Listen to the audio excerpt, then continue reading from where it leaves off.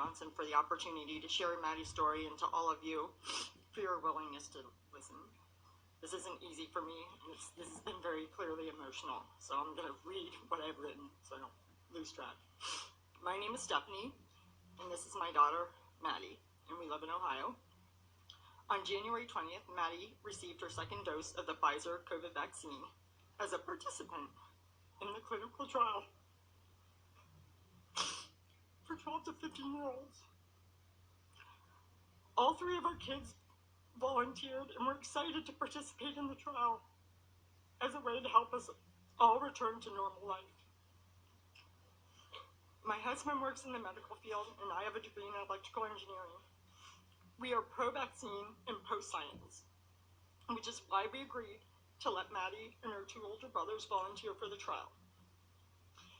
Before Maddie got her final dose of the vaccine, she was a healthy 12-year-old who got straight A's and had lots of friends. She had a life. She was energetic. She was not like this. Although she does still have lots of friends. Upon receiving the second shot, Maddie immediately felt pain at the injection site.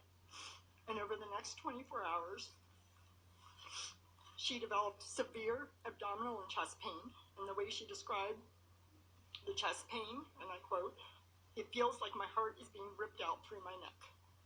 She had painful electrical shocks down her neck and spine that forced her to walk hunched over. She had extreme pain in her fingers and toes. It actually made them turn white, and they were cold whenever you touched them. She had edema. So my husband immediately took her to the ER as instructed by the vaccine trial nurse administrator, which is what we were instructed to do. Her blood was taken for a renal profile and tested. She was checked for appendicitis, which she did not have, and given an IV with some medicine, then sent home. However, in the discharge papers from the Children's Hospital ER that she went to, the diagnosis stated adverse effect of vaccine initial encounter. This would be the only time that that was written in her medical charts, but it's in there. Over the next 2.5 months, her abdominal, muscle, and nerve pain became unbearable.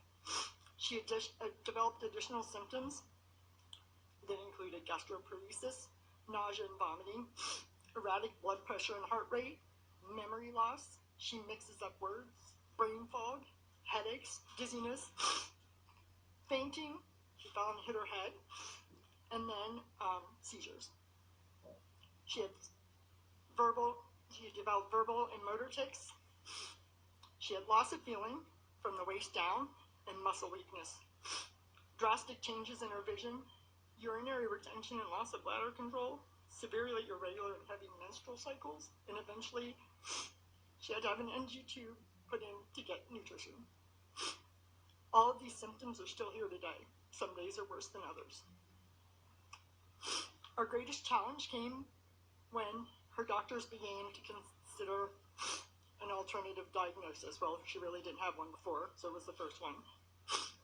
So, like everybody else, she had lots of tests, but not nearly as many tests as everybody else, and she's a child. Why didn't they do this? All those tests on her.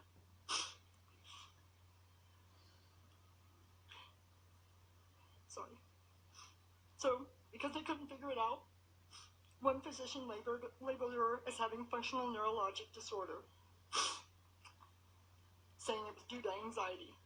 This concerned us, and we didn't agree with it because she doesn't have anxiety. Look at her. I mean, what 13-year-old can sit here calmly, okay? If they have anxiety or mental issues. At one point, they even tried to admit her to a mental hospital.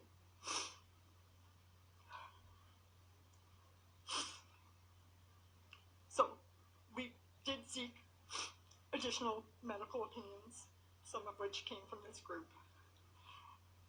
In June, we connected her neurologist with another doctor that's doing research on adverse reactions like Maddie's.